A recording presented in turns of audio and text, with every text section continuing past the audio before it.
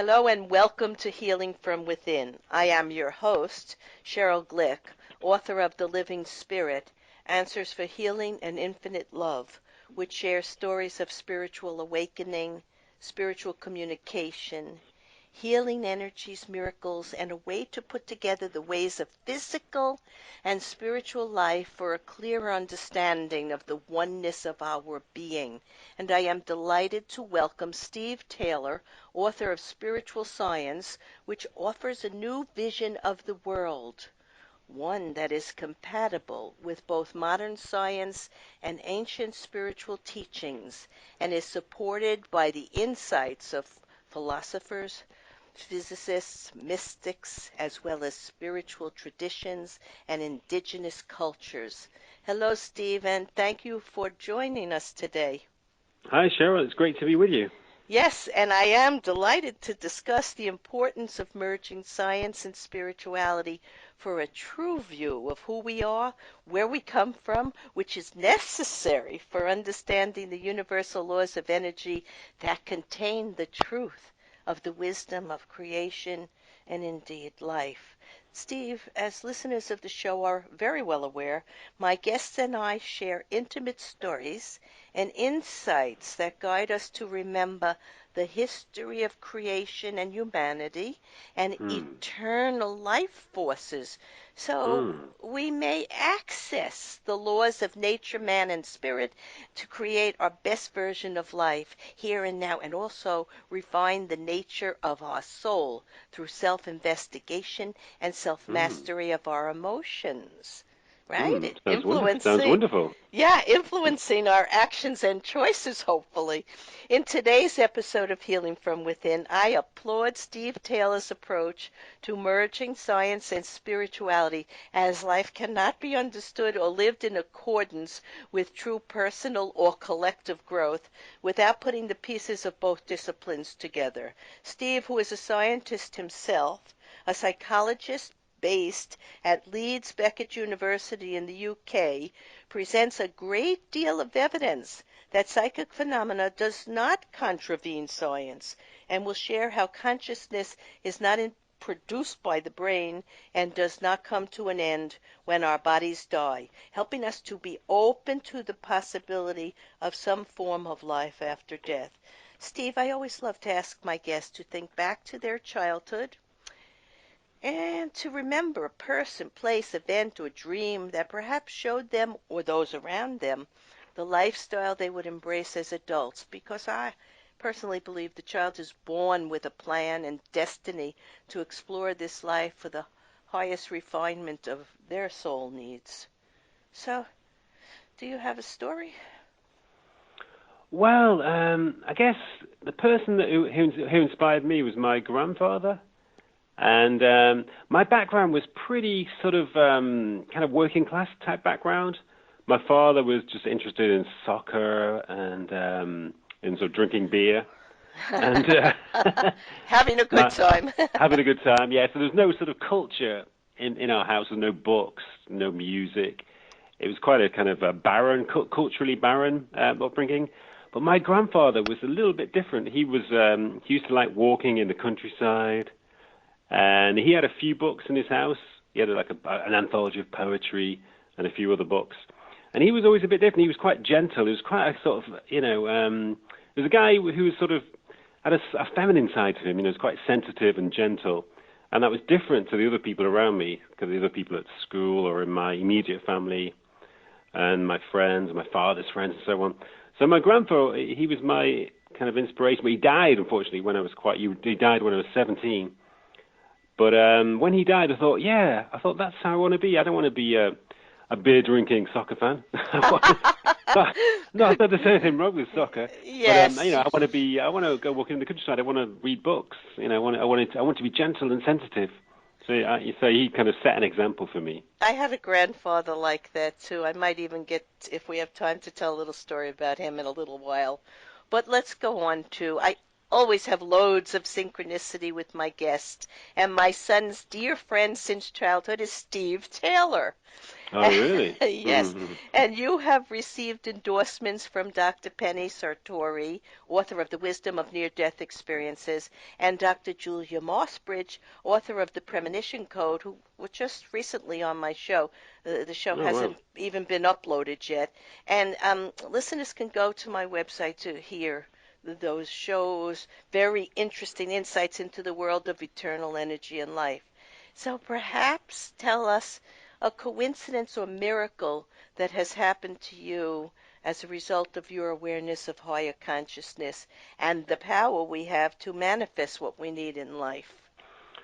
Wow. Well, when I was when I was sort of a teenager in my early 20s, I was quite depressed. I was kind of very alienated. I spent a lot of time on my own. I was extremely unhappy, even to the point where I sometimes used to, consider committing suicide. But there was one particular evening when I felt that everything had really come to a head, and I thought that, nothing was ever going to get better. I'd really kind of hit rock bottom. It was because of, I'd sort of fallen in love with a girl and convinced myself I was going to get together with this girl, but it kind of didn't work out, and I thought, oh, this is the final straw. I've had enough now. And I felt like, that's it. I thought I was going to go to bed and didn't want to ever wake up again. But that night, a friend of mine walked by and he knocked on my door about maybe 1 o'clock in the morning. He saw my light was on and knocked on the door at 1 o'clock in the morning. And he came in. I invited him in. He said, I've got something for you. I've got this cassette for you. And I thought, oh, this is good. What is it? And he said, it's a guy called Van Morrison. You heard of Van Morrison, the singer? Yeah, Absolutely. yeah. And he said, I'd not really heard any Van Morrison, but he said, I'll give you this tape, and I'm going to get going. So he went away and he just left me this tape, and it was a tape of a Van Morrison concert from about 1986, 87, and I put it on my tape player straight away, and immediately just something hit me about it. It was very spiritual music. It was very kind of pervaded with this sense of serenity and this sense of harmony. And something about it really hit me very powerfully. And it immediately sort of gave me a sense of something more that was beyond my depression. It gave me a sense that there was something more positive out there, that there was this kind of world of harmony, this kind of spiritual dimension, which I'd been aware of, but I'd sort of fallen away from. So it was almost like, as if it was meant to be. It was a strange kind of synchronicity. This cassette really did help me to get over that depressive phase. And then I moved into a much more positive phase. I started listening to a lot of Van Morrison music. I started to read books on spirituality. So this simple act of my friend giving me this tape opened up this whole new world of spirituality to me. Well, that wasn't random. It was part of your destiny and life Yeah, plan. And your I think so. loneliness and sensitivity, many of the authors, most of the authors, I would say all of the authors who have been on this show, over 500 people, have experiences like this because what is loneliness? It's a sense of knowing you're not separate from life and other Hmm. people and the unity, and somehow we're dealing with the stories that we've been taught and our experiences from childhood, some of them traumatic, and Hmm. it makes us long for this connection to love and unity and oneness. And the more sensitive people have difficulty dealing with the physical world in its Hmm. limitation, right? It's, Yeah, yes, I it's think our so. divinity yearning for our divinity.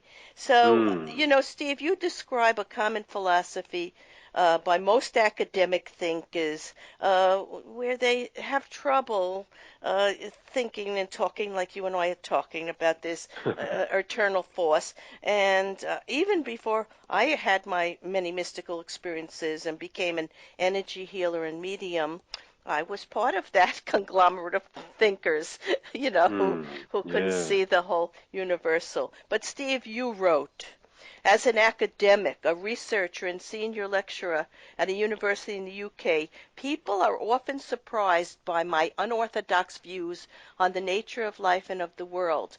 For example, when I mention to colleagues that I'm open-minded about the possibility of some form of life after death, or that I believe in the possibility of paranormal phenomena such as telepathy or precognition, They look at me as if I've told them I'm going to give up academia and become a professional footballer or soccer player or be a drinker. It's taken for granted that if you're an academic or an intellectual, you don't entertain such unusual views. The majority of my colleagues and peers, and most academics and intellectuals in general, seem to have an orthodox materialist view of the world. They believe that human consciousness is produced by the brain and that when the brain ceases to function, consciousness will end. They believe that phenomena such as telepathy and precognition belong to a pre-rational superstitious worldview, which has long been superseded by modern science. They believe that the evolution of life and most human behavior can be completely explained in terms of principles such as natural selection and competition for resources. To doubt these beliefs is to be seen as weak-minded or intellectually gullible. People are even more confused when I tell them I'm not religious. How can you believe in life after death without being religious? You know, Steve, that's the end of your passage, but I was brought up and trained in that methodological world of materialism and proof needed by science, so I often dismissed my strong intuitive senses and thought that people who spoke of psychic phenomena were sort of, artsy and spacey.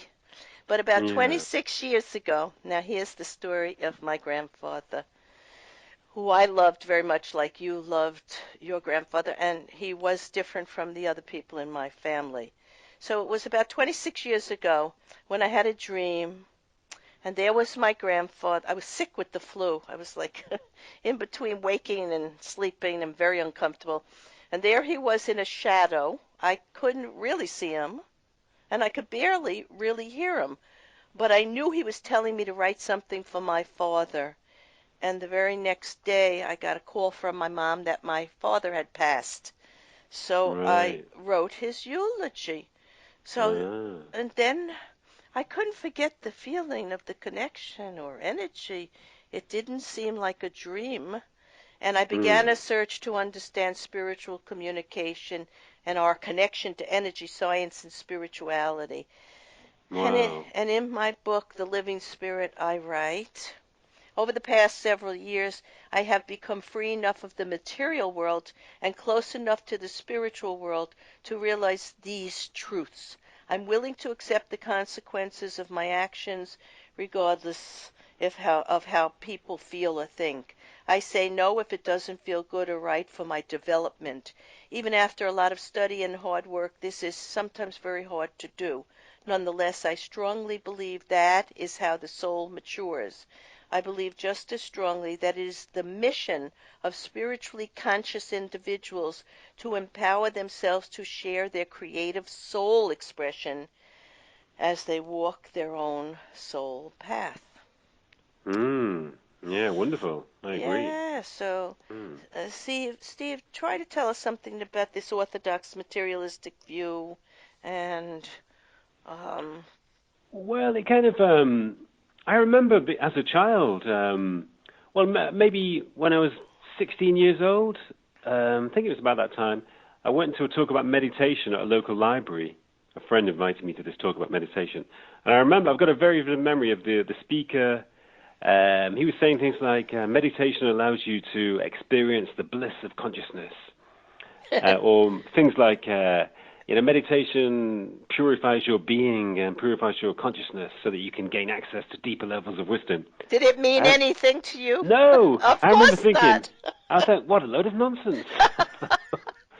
Because I've been brought up, I've been educated with materialism. I've been educated to think that we are just kind of machines, biological machines. That Hmm. we consist of cells and molecules. We have brains and bodies.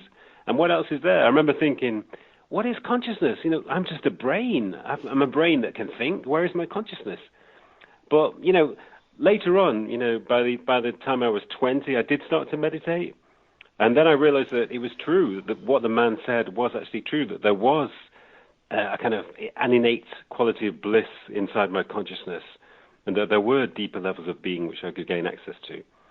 But I think this materialist view does pervades the education systems throughout most of Western Europe and also in the US. And certainly in the universities, it's very prevalent in the universities. And like I say, it's very difficult to, in academic circles, it's very difficult to find people who, take psi phenomena seriously or who believe in life after death, people who study anomalous phenomena, people who are interested in mediumship and so on, or energy healing and so on. It's kind of like, people take pride in believing that this stuff is nonsense. It's kind of like an article of faith that all of this stuff is just superstitious nonsense. But I think it is beginning to change slowly. That's one of the things I write in the book, that over the last 10 or 15 years, there's been a slow shift. Yeah. And I think more and more people are opening up, even in academia, Yes.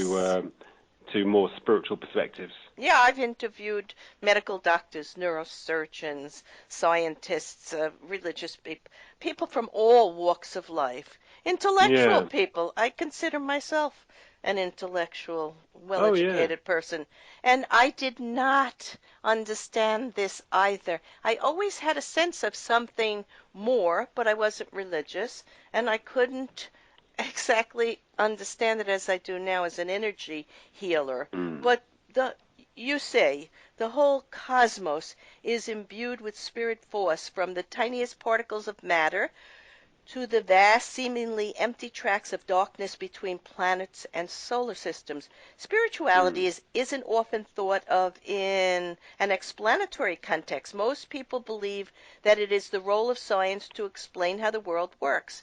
But in your book, we see how this simple notion that there is a fundamental spirit of consciousness that is ever present and in everything has Mm. great explanatory power. Now, the thing is Yeah. this. We talk about the brain and the mind.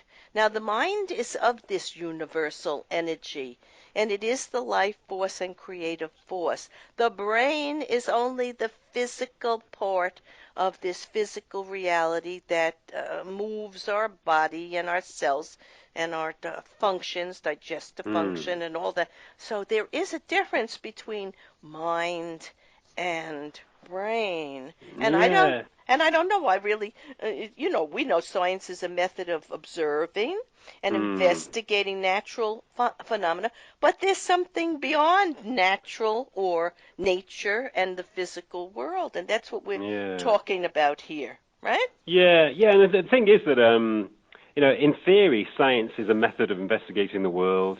Yes. It's kind of a process of examining And phenomena. it's a But in good thing. reality, Yeah, it's a yeah, good it is thing. a good thing. Yeah, I mean, I've met quite a few spiritual people who are quite opposed to science. I told some people about my new book, and they said, "Oh, I'm not interested in science. I don't like science." But science is very important it is very important to examine phenomena, to test them.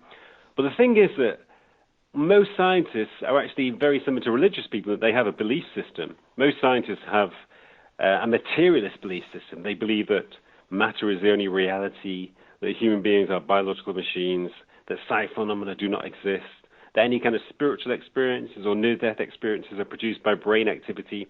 So it's a belief system. It's a belief system which is made up of tenets and assumptions, and it's very similar to religion. But Mm. it's become attached to science, this belief system. And as I say, this belief system pervades our culture. It pervades the intelligentsia and the serious media in Western culture. Mhm. And and it's a shame, but as I say, and as you've agreed, that I think there is a movement beyond this belief system. I think more and more scientists are opening up to more, esoteric or spiritual perspectives. Absolutely. Yeah. Because it's like I say to people, we have our ego, which is our physical reality, and we have our heart or soul essence, and they need to work together because then Mm, you have mm, the whole package and you can live this physical life, also advancing your spiritual or soul energy life, and it's better. It's just you can be more joyful, you can be less fearful. So it is necessary. And you spoke about in the book the first Greek philosopher who was Thales, who believe Mm. that all things are full of gods and that the soul is intermingled in the whole universe. So that's a Mm. theory. The universe is in us, and we are within the universe. We are in the oneness of this expansion of life force, of Mm. energy, Mm. right? Yeah, And it is scientific as well as spiritual. So it's not it is. separate. Nothing is separate. No. I love that. Yeah, I love Yeah, that. I mean, certainly if you look into quantum physics, which is the science of the smallest particles or smallest entities in the universe, then that's that becomes very spiritual. The whole idea of separate entities falls away. There's this sense that everything is interconnected, everything is entangled, Yes. and and what you perceive affects what happens. You can't separate the observer from what is actually happening. So Hmm. consciousness is intermingled with reality, and you can't separate it. You can't speak in terms of separate things at all in the quantum level. You can only speak in terms of a fundamental oneness and a fundamental Well, interconnectedness. yeah, as an empath, and I'm sure you are also, we know when Mm. we go into a room or we meet people, we get a reaction physically from the Yeah. energy. If they're angry or unhappy or ill, I'm going to be uncomfortable either in my gut or my chest or my head, and Mm. I'm Mm. going to know that I have to be exceptionally compassionate and kind, Mm. no matter how they may be acting, because they're experiencing a different realm of awareness. And Yeah. so this is proof to me and to many others who feel like we do, that we Mm. are interconnected. Otherwise, how could I pick up information from another sphere of energy when I have a Yeah. client and I do a reading and I give them information? I know nothing about them. They're Mm. first Mm. coming to me, and I give them information that's accurate. Right. So it's Wow. coming from this interconnectedness and life after this life Mm. in energy life. So it is very, very exciting when you can feel it and you want to Yeah. share it with others. But until they have their own experience, it's kind of hard to get it. You know. Yeah. I guess so. Yeah, it's the same with psychic phenomena like telepathy or precognition. I mean, I think it's beyond doubt that they exist. But unless Well, you actually have it, I in experience it all the time. yeah, Yeah. I don't experience it all the time, but I experience it from time to time. So fairly regularly. But unless you've had one of those experiences yourself, then you Room can for always doubt doubt. them. You can always Right. explain them away. Right.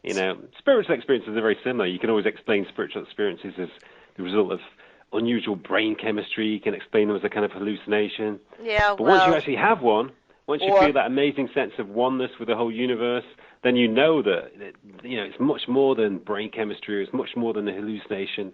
It's actually a glimpse into a higher reality. yes, absolutely. So tell us something. This was in your book, and it's very interesting, of how terminally ill people can sometimes postpone the time of their passing. Now, this has to do with energy, because I do believe we have a time to come and a time to go. We have, I believe, a life plan, but we Hmm. also have choices to make to how we live our life plan, and that can shift some of the reality while we're here in this physical life. But still, in all, tell us something of how terminally ill people can sometimes postpone the time of their passing. Yeah, I mean, this is quite a common phenomenon. I think anecdotally, it's quite common. I think most people, certainly most people who work in hospices or in hospitals, talk about this phenomenon. But there's also research, proving it as well. And usually if there's a certain event which people have been looking forward to, it could be a wedding, or it could be the visit of a friend or a relative, or it could be just, it could be Christmas or Thanksgiving, or some kind of festival. So people who are terminally ill, they have the ability to postpone their death until these events have passed.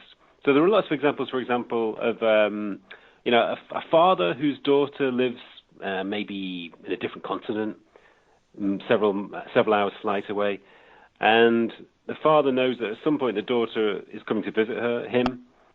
So Hmm. he's able to postpone his death until she arrives, and he will die shortly after she has seen him. So it's strange, people do have a certain amount of freedom to choose when they die. Well, that's because their soul is connected to this universal intelligent energy force, and Mm, mm, sometimes it's necessary for them to complete something. It's like I always ask my clients to ask for help from upstairs. If mm. they need to discuss something and clarify it in their own brain, the physical brain, or their own minds, which is their energetic essence, to discuss it with those above. That could be guides, teachers, holy vibrational beings, Mm. relatives that are, and they will have some help. It will show it's sometimes it shows up in the way of reading something, seeing something on television, a friend walking by and answering their question, but it Yeah, but we do get help, and but you must ask. It's very yeah. important to ask. But this is also interesting in your book. The brain is able to adapt to injury. It used to be thought that when the brain is damaged and certain pathways or neurons are disturbed, that you might lose certain function. But tell us about that. Hmm. Neuroplasticity has shown us something else. Yeah. Yeah, neuroplasticity is a fairly new area of science, maybe over the Yes. last 15 or 20 years. And Hmm. it's really interesting because, the standard view in science was that the brain is fixed, and also that the mind is a kind of product of the brain. The mind is like a shadow of the brain. It's just produced by the neural networks of the brain of our brains. But actually, whatever we do with our brains affects the brain itself. Sorry, whatever we do with our minds affects the brain. So if you decide to play the piano and have a lot of music lessons, if you decide to become a taxi driver and learn the routes all over a city, the routes all over a city, then you bring about significant changes in your brain. There is a lot more connection in certain areas of the brain related to that activity. And also, if a person has a stroke, I mean, this is well known that when a person has a stroke, it is possible to retrain the brain. So parts of the brain which are damaged, the function, the ability which those parts of the brain used to deal with can be transferred to a different part of the brain. So the brain is extremely flexible. And I compare it to a musical instrument. I used to be a musician, like a guitarist, and Ah, sometimes nice. sometimes my a guitar string would break during a song, and I think, oh, what do I do now?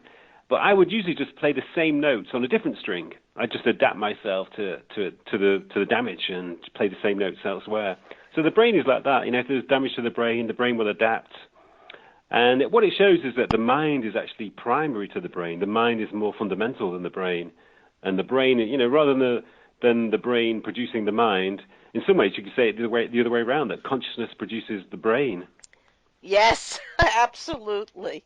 Yeah, I love that you just said that because it's sort of what we've been talking about today.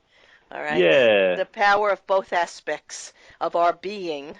So I would like to thank you, Steve Taylor, author of Spiritual Science, for the comprehensive research and history that you have explored in order to showcase how since the beginning of man and even before, the universal energy of life has filtered through our conscious mind to remind us of the complexity of human and divine existence.